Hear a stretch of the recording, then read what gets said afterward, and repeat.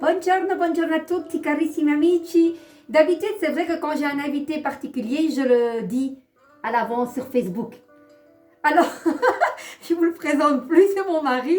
Je pense que c'est un petit peu, Carmelo, comme les feuilletons, l'inspecteur Colombo. Les gens te connaissent. Je parle souvent de toi, mais tu n'es jamais sur Facebook. Ah non. Enfin, quand même, je te mets Je suis assez discret, c'est vrai. Voilà, il aime pas les réseaux. Pourquoi tu n'aimes pas les réseaux sociaux, Carmelo? Dis-moi. Bah, parce que j'aime pas me mettre en évidence. J'aime pas voir que les gens voient tout ce que je fais, tout simplement. Ça veut dire quoi, ça? J'ai rien à cacher, t'inquiète. Non, par contre, moi, j'ai rien à cacher. Voilà, les amis. Alors, je vous présente mon époux, Carmelo. Écoute, Carmelo, j'ai cherché sans chercher, je peux faire des instrumentaux sur la mort. La mort, oui. Mais ça, en fin de vidéo, on expliquera pourquoi j'ai aussi, et en même temps, parce que nous sommes un couple unis pour le meilleur ou pour le pire. Pour le meilleur, surtout. Depuis combien de temps que tu me supportes? 36 ans. 36 ans qu'il me supporte, les amis. Les amis, écoutez, ça fait longtemps, je crois que ça fait au moins 3-4 ans, et je demande à mon mari, mon fils vient de quitter, on a fait les crêpes, et je dis, tiens, t'as pas envie de faire une vidéo? Mais sans te forcer, il dit, ouais, pourquoi pas. Et voilà, je suis très contente d'être avec toi. Alors, comme je fais souvent, avant que l'invité de Marc s'assied, je mets quelques oracles, Carmelo, et je te laisse choisir pour voir un petit peu où tu vas aller. Vous allez bien, les amis, sinon? Alors, je ne sais pas si c'était hier, aujourd'hui, la chandeleur, on s'en fout. Je choisis. Lequel? Ça ne m'étonne pas. Je savais que tu allais. Je l'ai pris en dernier lieu, il était là-bas, il fumait une cigarette. Je dis, il va choisir celui-là, je vous le promets. Mais parce qu'il y a le...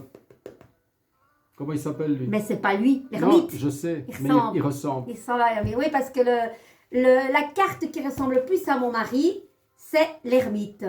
Carmelo, tu n'es pas tarologue, mais tu connais quand même l'ermite maintenant. Dis-moi, qu'est-ce que t'inspire cette carte? Déjà, c'est toi dans le tarot. Ah, il m'inspire la connaissance et il m'inspire quelqu'un qui n'a besoin de personne pour faire ce qu'il a à faire, tout simplement. Il s'éclaire avec sa lanterne tout seul, comme un grand, et il a son bâton pour de temps en temps donner un coup dans la tronche de quelqu'un qui l'emmerde. Voilà. Voilà ce qu'il m'inspire. Non, mais c'est une carte quoi, de rapidité ou de lenteur? Ah non, là, il faut prendre son temps et faire les choses réfléchies surtout. Réfléchir. Moi, je suis un peu comme ça, j'aime bien ne pas me lancer à l'aveugle et j'aime bien réfléchir. Je dois être sûr, quand j'entame quelque chose, que j'arrive au bout et bien arriver au bout. Et pas comme si. Il faut faire les choses de façon correcte. Pas mal, hein, cet ermite qui paraît comme ça pauvre. Pauvre, mais quand on le tourne, sa capuche est en forme de corne d'abondance. Je l'aime beaucoup, l'ermite Carmelo, parce qu'il est souvent dans mes tirages. Donc, avec nous, le voyageur sacré, tu n'as même pas dit comment il s'appelait cet oracle, mais il le connaît. Tu ne me l'as pas demandé aussi. Oui, c'est vrai. Alors, Carmelo, tu sais comment ça marche, hein? Oui. Vas-y. Il faut brasser un peu n'importe comment, je sais. Non, pas n'importe quoi. C'est pas un tarot, hein? Non, mais je veux dire, il faut surtout... Ah, regarde celle que... C'est celle-là qui vient de se retourner. C'est celle-là. C'est celle-là. Ouvrir la voie. Ouais, vas-y. Une percée est à portée de main. Montre-la aux auditeurs. Super. Voilà. C'est juste. Alors, Carmelo, t'as pas tes lunettes? Si. Tu vas les lire. Hein? Qu'est-ce que t'en penses? Hein? Alors. La lampe, parce que sinon... Écoutez bien, les amis. Alors, signification de la carte. Vous êtes sur le point de faire une percée. Tout ce que vous avez à faire au cours des dernières années vous a préparé pour ce qui s'en vient. Il arrive que le sentier soit mal balisé. C'est alors que vous devez ouvrir la voie. Dans votre vie, il peut arriver que le chemin à suivre semble disparaître. La seule façon d'atteindre votre destination est de continuer à avancer. Voilà, il avance toujours. Faites les choses différemment. Pensez à une femme qui accouche. Malgré la difficulté, un bébé va naître grâce à ses efforts. Quelque chose de nouveau et d'excitant est sur le point d'entrer dans votre vie. T'es pas enceinte quand même. On continue. Ça m'étonnerait. La machine est capote. Imagine encore des jumeaux, quoique. Mais pas à 57 ans quand même, pas exagéré. Alors, ce que dit le voyageur sacré, l'idée ici n'est pas de suivre un sentier, mais de tracer sa propre voie. C'est tout ce que je viens de dire avant. Hein. Oui, mais c'est la carte que tu... Ouais, ça, c'est ouais, pas ouais. la même carte que ce que tu viens de montrer. Hein. Non, C'est non, la- d'accord, ok. mais c'est Ouais. notre ami là. Ouais. Bon, on continue. Le temps est venu de cesser de rester sur le pas de la porte. Vous devez faire le saut. Votre patience finira par rapporter. Les vieilles limites et les blocages intérieurs tombent les unes après les autres. Même si vous pouvez dès maintenant vous permettre de ressentir de la peur, ne laissez pas celle-ci vous empêcher d'avancer. Quelque chose que vous attendiez depuis longtemps est sur le point de se concrétiser. N'hésitez pas à y sauter à pieds joints. Vos efforts ouvriront la voie pour d'autres. Alors, Carmelo, je te laisse débattre. Ça te parle? Ça te fait écho? Évidemment, la carte de l'accouchement peut parler de projet, hein, Carmelo? Oui, Tu mais vois? moi je vois dans ce message surtout de l'espoir. Donc il ne faut jamais laisser tomber. C'est ce que j'en retiens. Il faut laisser tomber, il faut toujours tracer sa voie et se donner de la force et du courage parce qu'on peut atteindre nos buts et jamais désespérer. Et tu as des peurs? Parce qu'il parle de peur. Des peurs, non, des doutes, des fois des doutes par rapport à beaucoup de choses. Moi je suis quelqu'un qui pense beaucoup, qui réfléchit beaucoup. Mon cerveau peut-être qu'il travaille un peu plus qu'il ne devrait et c'est pour ça que des fois j'ai des doutes. Mais je me reprends et après je vais de l'avant et il faut que j'arrive, comme j'ai dit tout à l'heure, à arriver à bon point, à bon port, et avec la régularité et la finition que j'avais prévue. Mais des fois, je me permets de douter, je suis pas non plus un Saint-Esprit. Hein. Je pense qu'on doute tous dans notre existence. Et alors, il faut savoir aussi que mon mari, ça fait plus d'1 an qu'il est en pension. Explique un petit peu aux gens par rapport à cette pension. Qu'est-ce que je dois expliquer? Il y a beaucoup de gens sur Facebook, vu les circonstances politiques, qui sont invités à prendre leur pension, mais qui doutent. Et en même temps, tu as plein de gens qui disent vas-y, parce qu'avec ce qui se passe, tu as intérêt à la prendre maintenant et profiter de ce que... Est-ce que dis-moi, tu profites de ta pension? Est-ce que ça a été un changement? Parce que c'est pas évident non plus. Hein? Bon, maintenant, tu es quelqu'un qui est souvent occupé, parce que tu es quelqu'un de très manuel, intellectuel aussi. Mais toi, tu as besoin de crier, Carmelo. Tu as besoin de... Dis-moi. Bah, écoute, il faut anticiper sa pension. Hein? Quand on a travaillé 43 années, sans interruption, et puis du jour au lendemain, tout stopper, ça fait un truc. Ça fait, mais c'était ton choix, hein? Oui, bien sûr, c'était mon choix. J'aurais pu continuer encore 2 ans, mais j'en avais plus envie parce que j'ai fait des métiers un peu durs, certains. Après, j'ai quand même fait 17 ans de technico-commercial, c'était moins lourd, mais j'avais un autre paramètre qui rentrait en ligne de compte, c'est que j'avais énormément de responsabilités. J'avais la charge d'une 40aine de personnes, 60 clients, et j'en reviens à ce que je disais tout à l'heure. Moi, je voulais que les choses soient bien faites, et dès qu'il y avait un problème, il fallait qu'il soit résolu le jour même. Et plein de fois aussi, ça je te l'ai dit, quand j'avais des absents de dernière minute, on m'appelait Carmelo, je ne sais pas aller travailler ce soir, mon fils n'est pas bien, je dois aller à l'hôpital. Eh bien moi, si je ne trouvais pas de solution, il m'est arrivé pas mal de fois de mettre mon tablier et de moi aller nettoyer à la place de la personne. Pourquoi? Mais parce que je voulais que mes clients soient contents et qu'ils n'aient rien à me reprocher. Voilà. Très perfectionniste dans ce que tu fais. Toujours. Et toujours. Mais je ne sais pas si c'est une qualité, hein, être trop perfectionniste, parce que la perfection, pour moi, elle n'existe pas. On va s'y approcher un maximum, mais les 100% de perfection, c'est très compliqué à atteindre, que ce soit dans tous les domaines. Donc, on s'y approche déjà à 90 ou 95%. Moi, je trouve qu'on n'est pas loin de la perfection et que beaucoup de gens peuvent être satisfaits. Mais en même temps, cette conscience professionnelle, je pense que quand... on est dans l'aide des autres et qu'on sait qu'on doit faire ce travail comme il faut, bah, tu le faisais avec passion et tu aimais ça aussi. Bien sûr. Moi, j'ai aimé tous mes métiers.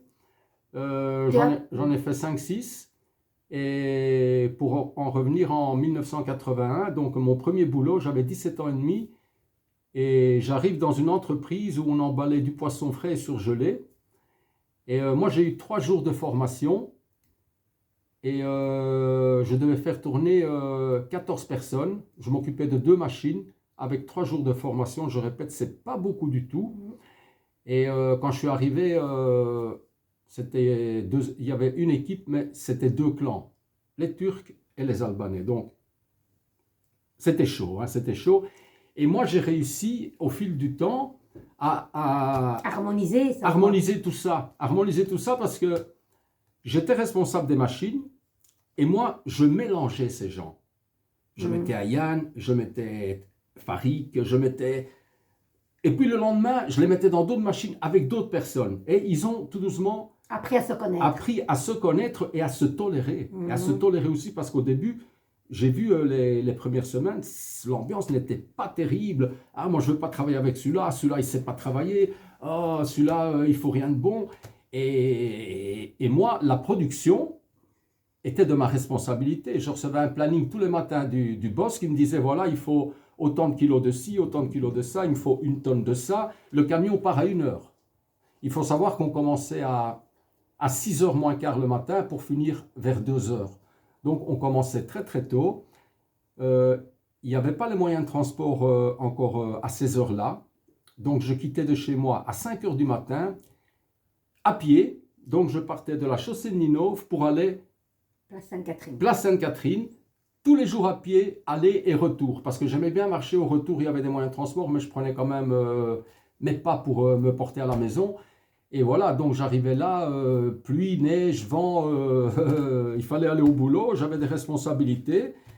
Beaucoup de choses dépendaient de moi. Si moi, je n'étais pas là, ben, il y avait 14 personnes qui se tournaient les pouces.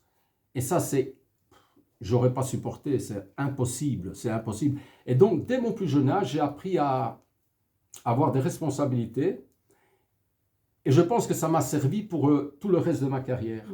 Ah oui, bien sûr, parce que Ben c'est lié tout ça. C'est un fil conducteur. Hein. C'est mon premier job et j'ai appris à être responsable. Et j'ai aussi appris à réunir les gens. Et après, dans d'autres métiers que j'ai fait dans ma carrière, j'ai travaillé avec des Turcs, des Arabes, des Tunisiens, des Marocains, des Algériens. J'ai travaillé avec des Polonais, des Albanais, des Roumains. Je me suis toujours bien entendu avec tout le monde. Pourquoi ? Parce que je suis quelqu'un aussi de très respectueux. Et je comprends que les tâches que ces personnes font, on ne va pas dire qu'elles sont ingrates, mais ce sont des tâches compliquées. Quand vous vous levez le matin à 5h ou 5h30 pour aller bosser et qu'on vous donne 3 heures pour nettoyer 1000 mètres carrés de bureau, ouais. Moi je comprends que ce n'est pas simple. Je l'ai fait, et ce n'est pas simple du tout, mais ces gens-là le faisaient, donc chapeau. Et moi je les encourageais quand il y en a pas mal qui ne parlaient pas français. Quand ils avaient besoin d'un document, je disais amène-le, on va le remplir ensemble. J'allais chez la secrétaire, je disais écoute, il y a ça, ça et ça, laisse-le là, on le fera tout à l'heure. Mais le papier était rempli, je leur donnais pour la mutuelle, le syndicat, ils avaient besoin de... Des fois, on venait même pour des trucs bancaires. Moi, je leur donnais un coup de main comme je pouvais leur donner un coup de main. Et voilà. Et j'ai toujours apprécié subvenir aux besoins des gens. Oui, et puis voilà, je dis toujours, si tout le monde serait comme mon mari sur la terre, il y aurait la paix sur terre. Parce que la particularité de l'ermite, c'est qu'il analyse avant d'agir. Et il observe. Et on forme un couple, et moi, dans le tarot, c'est comique parce qu'il y a la justice et l'ermite. La justice, elle est plus tranchante. Moi, je peux être plus dure, c'est vrai, plus ferme. Et puis, il y a mon mari qui me guide et qui me dit souvent, calme, d'abord observe, comprends. C'est vrai, mais je me suis quand même beaucoup calmée. Tu as fait du travail. J'ai fait du travail. Mais voilà, pour dire que lui observe avant, il analyse avant d'agir comme elle peut faire l'ermite, la justice. Et c'est un couple, voilà, elle passe pas par 4 chemins, droit devant elle, et puis il y a le monsieur si bienveillant, qui la protège toujours, mais plus lent. Donc il va me tempérer par rapport à mes décisions qui peuvent des fois fermes, tranchantes, mais toujours sincères. Donc c'est ça qu'a la particularité de l'ermite, c'est de comprendre les gens, d'analyser les gens avant de juger. Voilà, parce que l'ermite, il ne juge pas. Et ça, c'est une particularité. Mais voilà, mais entre-temps, Carmelo, la pension, comment tu la vis? Mais écoute, je la vis, je suis très souvent avec toi, on fait des trucs ensemble. Des fois pas parce que je travaille. Oui, mais bon, mais ça va, c'est pas mal. Après, je me sens un peu... Pourquoi tu rigoles quand tu dis... je sais pas, passer de 8 à 10 heures de boulot par jour à Rien. plus rien du tout, Ouais, mais bon, c'est pas simple. Des fois, on se demande si on est encore indispensable. On se pose tout un tas de questions. On se dit, mais qu'est-ce que je vais foutre de ma vie, quoi? Et là, je suis occupé à y réfléchir, à y penser. Et on va essayer de trouver des solutions. On va essayer de trouver des trucs pour aller de l'avant et ne pas s'embêter, tout simplement. surtout pour toi. Surtout pour moi, oui. Parce que tu te souviens, tu disais, tu assumais, oui, mais bon, entre-temps, mon mari, c'est quelqu'un qui bricole par-ci, par-là. Tu peux pas dire que tu fais rien non plus. Oui, Mais voilà. je m'occupe, mais bon, c'est plus... Mais voilà, et la pension, ça dit quoi? De s'occuper de soi. Et ça, tu as du mal à faire de t'occuper de toi. On avoue. Ben, m'occuper de moi, je Tu m'occupe sais, par de exemple, moi. je me souviens avant la pension, je disais, bah, tu as toujours voulu faire la guitare. Et un jour, tu m'as dit, on est trop vieux pour... Mais non, tu n'es pas vieux pour apprendre la guitare. Donc là, c'est à toi de créer ce que tu aimerais faire. Bien sûr. Et qu'est-ce que tu aimerais faire comme activité? Si maintenant tu pouvais là maintenant, parce que tout est possible. Hein. Mais je sais, mais les activités, c'est pas ce qui manque, hein. Moi, j'adore le billard. J'ai joué au billard à un très bon niveau et j'ai laissé tomber quand je me suis marié.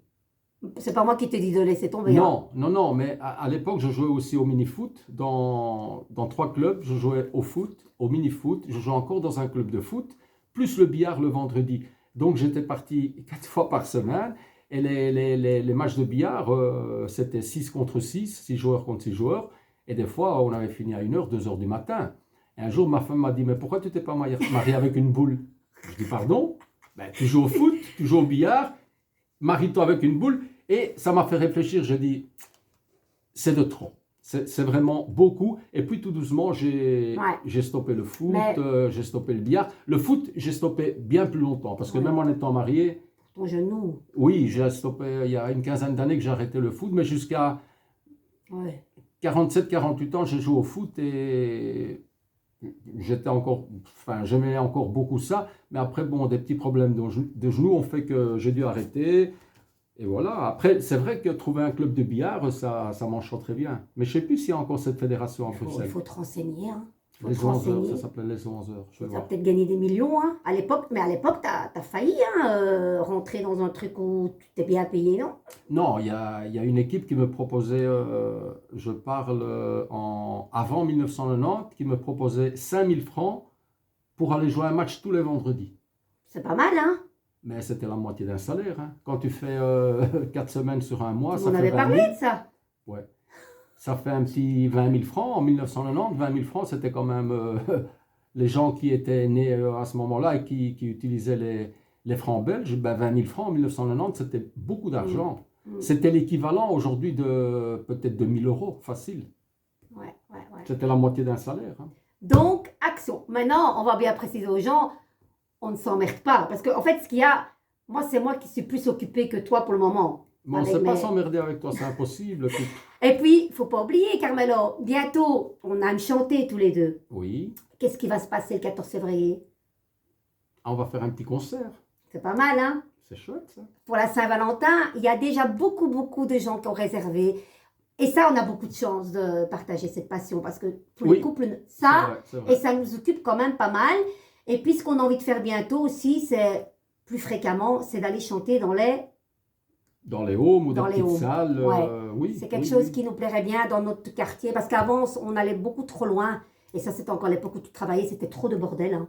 Et là, on va mettre en place de mettre un petit peu de gaieté pour nos chers aînés. Un ou deux trucs à mettre en place d'abord. Ouais, voilà. Et après, on mettra ça en place. On a déjà un peu commencé, mais là, on a eu beaucoup de choses à faire. Donc, les amis, Carmelo, est-ce que tu as envie de faire une carte du jour avec le tarot? Oui. Ouais. Allez, tu sais comment ça marche. Voilà, les amis, ça change à une fois. Alors, ça, tu sais comment tu dois faire. Tu brasses vraiment comme dans les aiguilles d'une horloge, dans le sens des aiguilles d'une montre, Carmelo. Ah, dans l'autre sens. Ah ouais, excuse-moi. Hein. Je vais le taper. Elle m'engueule. Elle m'a béqué. Elle m'engueule. On monte un peu la musique. Et voilà, je la montre directement. Attention, verticalement sans la retourner. Hein. Je la mets comme ça devant moi, c'est ça. Hein. Hop, et je la retourne. Vas-y. Oh, la tempérance. Ah, pas mal. Carmelo, la tempérance. Tu connais un petit peu ce qu'elle veut dire ou pas du tout? Qu'est-ce qu'elle t'inspire, cette carte?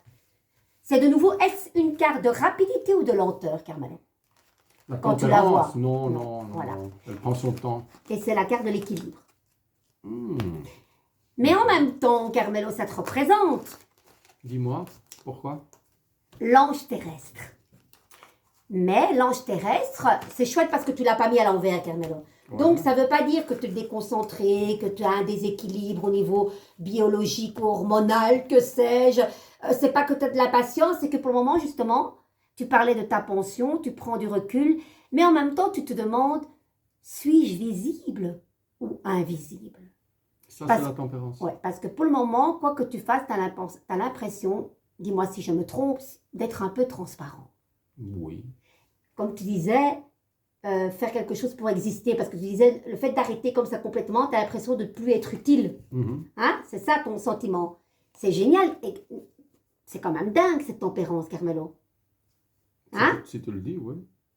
Non, mais c'est les anges qui sont présents et ça demande aussi de prendre de la hauteur avec certaines choses et quand même de te reposer malgré tout. Mhm. Ça, je fais un peu, hein, quand même. Oui. Surtout que tu es un peu malade pour le moment, donc j'aime bien que tu l'aies, mais c'est prendre du recul, prendre de la distance et ouais, ça peut parler aussi de voyage en avion. C'est comique parce que tantôt on en On en a parlait parlé avec Luca. Ouais. avec Luca, c'est comique. Vous voyez, je vais t'inviter à lire cette carte de la tempérance ici, qui est très sympathique, si tu as envie. Parce que c'est fait avec un peu d'humour. La tempérance, l'âme numéro 14, le premier ange adulte dans le tarot. Vas-y. Écoute, regarde la caméra quand Ouais, même. mais attends, il Mélange. raconte quoi? Ange. Oui, je vois. Ange, mélange. Ouais. Mélange. Ah ouais, mélange. Maître l'ange. M-E-T-S. Ouais. Mais oui, mets de la magie et de la douceur dans tout ce que tu fais. Cette bonté, cette innocence, cette force de bénédiction, c'est ta vraie nature. L'ange gardien n'est autre que ta propre bienveillance. C'est pour toi, hein, Carmelo. Si tu le dis, ouais. Mais non, si tu le dis, t'es Mais non, sérieux mais- ou quoi? Mais on fait pas les choses pour se retourner des bouquets de fleurs. On fait les choses parce qu'on a envie de les faire. Après, si les gens pensent que je fais des choses bien, tant mieux. Mais moi, je ne les fais pas pour plaire aux gens. Hein. Je les fais Non, parce que mais j'ai tu envie es de les faire. bienveillant, c'est un peu comme l'ermite de la tantôt. Mais la tempérance dit, les fleurs vont porter leurs fruits. C'est une guérison. Bah, c'est quand même chouette qu'elle est... Oui, voilà, tu as besoin de recul, tu as besoin de repos, de distance, peut-être avec certaines choses. Mais en tout cas, tu mets l'équilibre, tu vois, parce que les jarres, il n'y a pas une seule goutte qui est versée par terre. Chaque goutte est précieuse pour le moment, Mhm. tu vois. Ouais. Et ça parle du mois, tu es en plein mois de février. Ouais, La ça lame fait numéro bien. 14, c'est le mois de février. Ah, d'accord. Donc les fleurs vont porter leurs fruits. Et les anges sont bien là, visibles et invisibles. Et ça parle de voyage en avion parce qu'on en parlait là tout de suite, n'est-ce pas? Avec Luca. C'est génial. Donc Carmelo, on va un petit peu... Est-ce que tu as quelque chose à rajouter ou pas par rapport à ce qu'on a fait? Non, parce qu'on est déjà depuis Ouais, hein. 25 minutes. Ouais. Ils vont... Écoute, ben, qu'est-ce que tu aurais envie de dire à nos chers auditeurs là maintenant? Un conseil, là maintenant, en toute sincérité, par rapport à ce qu'on vient de dire. Mais moi, j'ai envie de dire, adopter un peu ma philosophie, ne pas précipiter les choses, toujours bien réfléchir avant d'agir. Voilà. Ça, c'est ce que j'ai envie de dire. Ne jamais s'emporter sans vraiment comprendre exactement la nature du problème. Essayez d'abord de comprendre ce qui s'est passé avant d'agir. Et ça peut limiter beaucoup de choses. Des petites histoires ou des malentendus, des rancunes, des rancœurs. Voilà, ça peut éviter plein de trucs. Et alors, on va un petit peu rappeler, c'est où qu'on se produit le 14 février? Au Chapelier Fou. Alors, Carmelo, est-ce que c'est simplement les couples qui doivent être là? Non, hein? Les célibataires peuvent être là, hein? Tout le monde D'accord? peut être là, hein. Les célibataires, c'est la Saint-Valentin, mais Saint-Valentin, c'est la journée de l'amour. Et puis, qui sait, les célibataires vont trouver l'amour là, hein? Mais oui, mais même on peut être amoureux même, De la vie. même en étant pas en couple. On peut être amoureux de son fils, de son papa, on peut être amoureux d'un copain, d'une amie. Il Oui, y a plein de marques d'amour. Hein. oui, c'est sûr, c'est sûr. Pas seulement d'un conjoint ou d'un compagnon ou d'une copine. On peut être on- amoureux de n'importe quoi. Mais d'abord, l'amour de soi. Ça, c'est le plus important. Hein? Ça, c'est le plus important. Ouais. S'aimer soi-même, c'est déjà, comment dire, lorsqu'une personne réussit à s'aimer, elle a déjà tout gagné. Parce qu'on se sent bien quand on s'aime soi-même. Et quand on s'aime soi-même, on peut mieux aimer les autres. Parce qu'en s'aimant, on peut comprendre ce qu'est ne pas s'aimer. Donc, on connaît comment dire, ce que ça peut provoquer comme émotion quand on ne s'aime pas. Mais imaginez transmettre cette émotion et dire à quelqu'un qu'on ne l'aime pas, lui transmettre ça, donc alors que nous, on sait très bien que ça nous fait souffrir. Imaginez la souffrance qu'on donne aussi à ces personnes. Voilà, donc aimons-nous et aimons les autres. Et mon nous vivant. Surtout, surtout. Et alors, on rappelle l'adresse. Tu te souviens de l'adresse? Donc, Walter Malboisfort. C'est Chaussée de la Hulpe Ouais. 190, C'est ça, le Chapelier Fou. le Chapelier Fou. Et les patrons sont super sympas. Hein. Oui, mais il faut réserver, hein, Carmen. Ah oui, oui, oui. Il faut réserver. Mais Ça, c'est ce que. Mais attends, hein, j'ai déjà beaucoup partagé. Il y a quand même Mhm. pas mal de réservations. Ouais. Hein. Donc, il faut réserver, mais pas le lundi et le mardi, les amis. Tapez hein, sur Google le Chapelier Fou. Vous pouvez téléphoner à partir du mercredi jusqu'au dimanche. Il y a encore quelques places. Donc, soyez fous. Venez, nombreux. On a quand même besoin de leur soutien parce que sans eux, on ne peut pas se faire cette soirée s'il n'y a personne. Hein. Ah non, s'il n'y a personne, on plie le bagage et on se casse à la maison. Mais il y a déjà quand même une quarantaine de réservations. Ouais, et il n'y a que même pas 50 places. Il y a 55 places. 55 places, oui. Ouais. Il reste encore une bonne dizaine de places. Hein. Voilà, et peut-être que d'ici là, tout s'est rempli, on n'est pas au courant. Hein. C'est peut-être rempli aujourd'hui, ça Voilà. on n'en sait rien. Écoutez, Carmelo, j'ai été ravie que tu aies partagé cette vidéo. Est-ce que ça t'a fait plaisir? Je t'ai fait plaisir, mais moi aussi ça m'a fait plaisir. Ah, super. Check. Les amis, on vous embrasse très fort. On compte sur vous. À bientôt. On vous love. Bye Ciao, bye, ciao. à Bisous, bientôt. bisous, bonne soirée.